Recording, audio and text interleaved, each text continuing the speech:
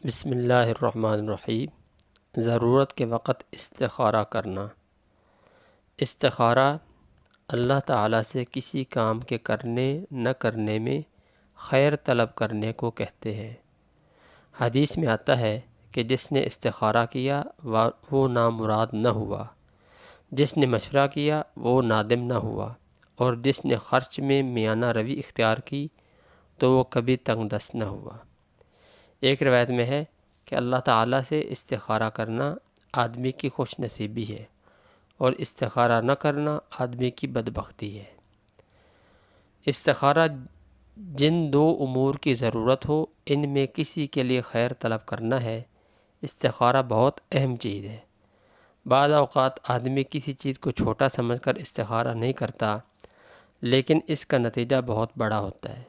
اس لیے ایک روایت میں ہے کہ آدمی کی سعادت ہے کہ وہ اللہ تعالیٰ سے استخارہ کرتا ہے۔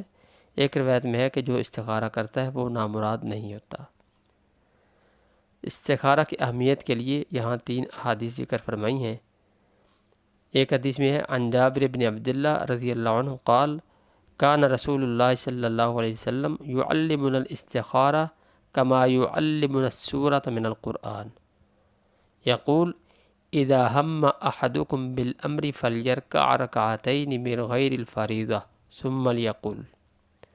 ترجمہ: حضرت جابر بن عبداللہ رضی اللہ عنہ فرماتے ہیں کہ رسول اللہ صلی اللہ علیہ وسلم ہمیں استخارہ ایسے ہی سکھاتے تھے جیسے قرآن کریم کی کوئی سورت سکھاتے ہوں، اور فرماتے جب تم میں کوئی کسی کام کا ارادہ کرے تو وہ فرض کے علاوہ 2 رکعتیں پڑھے، پھر یہ دعا پڑھے۔ معلوم ہوا کہ استخارہ خود کرنا زیادہ بہتر اور سنت کے قریب ہے، کہ اللہ کے نبی صلی اللہ علیہ وسلم سے بڑا کوئی پیر کامل ہو سکتا ہے، نہ کوئی بڑا ولی، نہ کوئی بڑا بزرگ ہو سکتا ہے۔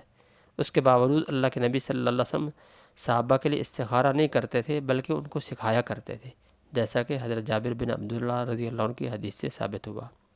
بارہ فرمایا کہ یہ دعا پڑھنی ہے: اللہم انی استخیرک بعلمک و استقدرک بقدرتک و اسألک من فضلک العظیم فإنک تقدر ولا اقدر وتعلم ولا اعلم وانت علام الغیوب اللہم ان کنت تعلم ان هذا الامر، یہاں کتابت کی غلطی ہے، یہاں امرہ ہے، خیر لی فی دینی و معاشی و عاقبت امری، او قال فی عاجل امری و آجلہ فقدرہ لی و بارک لی فی و ان کان شرا لی فاصرفہ عنی وقدر لی الخیر حیث کان ورزقنی بہ۔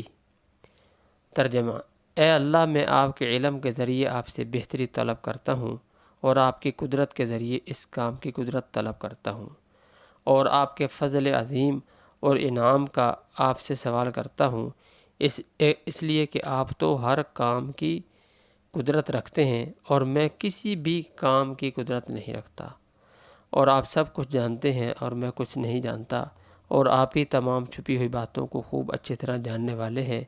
اے اللہ، اگر آپ کو معلوم ہے کہ یہ کام میرے حق میں میرے دین و دنیا اور انجام کے اعتبار سے یا میری دنیاوی اور اخروی زندگی کے اعتبار سے میرے حق میں بہتر ہے، تو آپ اس کو میرے لیے مقدر فرما دیں اور آسان بنا دیں، پھر اس میں میرے لیے برکت بھی عطا فرما دیں۔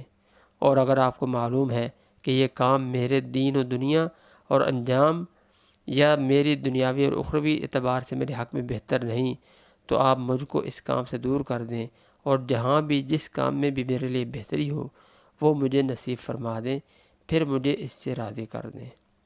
اس کے علاوہ ایک اور حدیث میں، بخاری شریف کی حدیث ہے، اس میں اس دعا میں تھوڑا بہت فرق ہے، وہ بھی ہم ذکر کیے دیتے ہیں۔ ہمارا فائدہ ہے کہ قرآن کریم کی طرح استخارہ سکھاتے تھے، اس کا مطلب یہ ہے کہ اسے استخارہ کی انتہائی اہمیت معلوم ہوتی ہے۔ استخارہ کس کام کے لیے کیا جائے؟ فرمایا کہ فرض و واجب کو کرنے اور حرام اور مکروہ کو نہ کرنے کے لیے استخارہ نہیں کیا جاتا۔ یہ بات اچھی طرح سمجھ لیں کہ استخارہ ہمیشہ صرف امر مباح یا مستحب کام، یعنی نفلی کام یا عام جو کام ہوتا ہے دنیاوی اعتبار سے کام ہوتا ہے، کہیں سفر کرنا ہے، کہیں نیا کاروبار شروع کرنا ہے، کسی کے ساتھ کاروبار شروع کرنا ہے، کوئی رشتے کا معاملہ، کہیں رشتہ کرنے کا ارادہ رکھتے ہیں، تو اس کام میں استخارہ کیا جاتا ہے، ٹھیک ہے۔ اور فرمایا کہ کم از کم 2 رکعتیں پڑھے، اس سے زیادہ بھی صحیح ہے، اور اگر ظہر یا اس کے علاوہ دوسری نماز کی سنتوں کے بعد بھی استخارہ کرے تو جائز ہے۔ نماز کے بعد استخارہ کی دعا کرنا افضل ہے۔ اگر نماز نہ پڑھ سکے تو صرف استخارہ کی دعا بھی پڑھ سکتے ہیں۔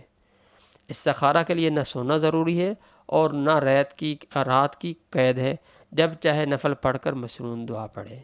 جیسا کہ آج کل ہم نے رواج بنایا ہوا یہ ہے کہ ہمارے ذہنوں میں عام طور پر یہ ہمیں جو بتایا جاتا ہے کہ استخارہ کر کے سو جانا، دائیں کروٹ سونا، پھر سبز چیز نظر آئے، سبز رنگ نظر آئے تو ہاں ہے، اور اگر اس کے علاوہ کوئی اور رنگ نظر آئے تو وہ ٹھیک نہیں ہے، وغیرہ وغیرہ، جتنی اتنی باتیں، تو یہ ساری باتیں ٹھیک نہیں ہیں۔ فرمایا کہ اس کے لیے نہ سونا ضروری ہوتا ہے اور نہ ہی رات کو کرنا ضروری ہوتا ہے، جب بھی آپ کو فرصت ہو 2 رکعت نماز نفل پڑھے اور اس کے بعد یہ دعا پڑھ لیں، بس یہی مستنون استخارہ ہے۔ استخارہ کی دعا اردو میں بھی پڑھ سکتے ہیں، لیکن حدیث کے الفاظ بہتر ہیں، ظاہر ہے، لیکن بہترین اور باکمال طریقہ یہ ہے کہ 2 رکعت نماز استخارہ کے لیے استخارہ کی نیت سے پڑھے، پھر اس کے بعد دعا کرے، ٹھیک ہے۔ دوسری حدیث میں فرمایا کہ عن عائشہ عن ابی بکر رضی اللہ عنہ قال کان النبی صلی اللہ علیہ وسلم اذا اراد الامر قال اللہم اغفر لی واختر لی۔ یہ دوسری حدیث ہے۔ حضرت ابوبکر صدیق رضی اللہ عنہ سے فرماتے ہیں کہ رسول اللہ صلی اللہ علیہ وسلم جب کسی کام کا ارادہ فرماتے تو یہ دعا پڑھتے اللہم اغفر لی واختر لی۔ ترجمہ، اے اللہ میرے لیے بھلائی کا معاملہ فرمائیے اور میرے لیے بھلائی کو منتخب فرما دیجئے۔ فائدہ، یہ ایک مختصر استخارہ ہے۔ علماء نے لکھا ہے کہ اگر پہلی والی دعا بھی اس کے ساتھ پڑھ لی جائے تو زیادہ مناسب ہے، ٹھیک ہے۔ اسی طرح اس دعا کے ساتھ ما عافیتی کا و سلامتی کا کہنا بھی بہتر ہے۔ استخارہ کی حکمت کیا ہے؟ فرمایا کہ استخارہ کی حکمت یہ ہے کہ انسان فرشتوں کے مشابہ ہو جاتا ہے، اور جس طرح فرشتے اللہ تعالیٰ کے احکام کے منتظر رہتے ہیں اور جب حکم آتا ہے تو وہی کرتے ہیں جو حکم ہو، اور اپنی چاہت سے نہیں بلکہ اللہ تعالیٰ کے چاہنے سے کرتے ہیں۔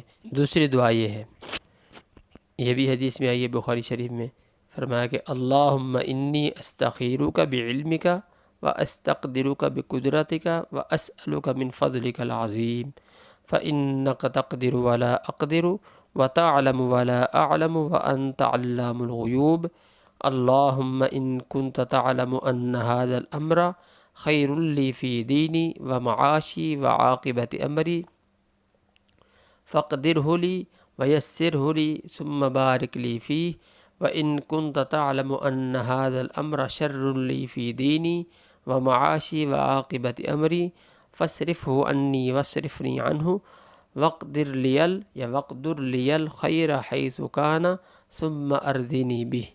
ترجمہ، اے اللہ بے شک میں تجھ سے تیرے علم کی بدولت خیر طلب کرتا ہوں اور تیری قدرت کی بدولت تجھ سے طاقت مانگتا ہوں، اور تیرے فضل عظیم کا طلبگار ہوں کہ بے شک تو ہی قدرت رکھتا ہے اور مجھے کوئی قدرت نہیں۔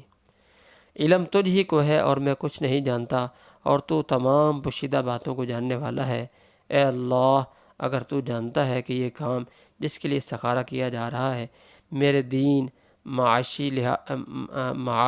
اور میرے کام کے انجام کے اعتبار سے میرے لیے بہتر ہے تو اسے میرے لیے مقدر کر دے اور اس کو میرے لیے آسان کر دے، پھر اس میں مجھے برکت عطا کر، اور اگر تو جانتا ہے کہ یہ کام میرے دین، معاش اور میرے کام کے انجام کے اعتبار سے برا ہے تو اسے مجھ سے دور کر دے اور مجھے بھی اس سے ہٹا دے، پھر میرے لیے خیر مقدر فرما دے جہاں بھی وہ ہو، اور اس پر میرے دل کو مطمئن کر دے۔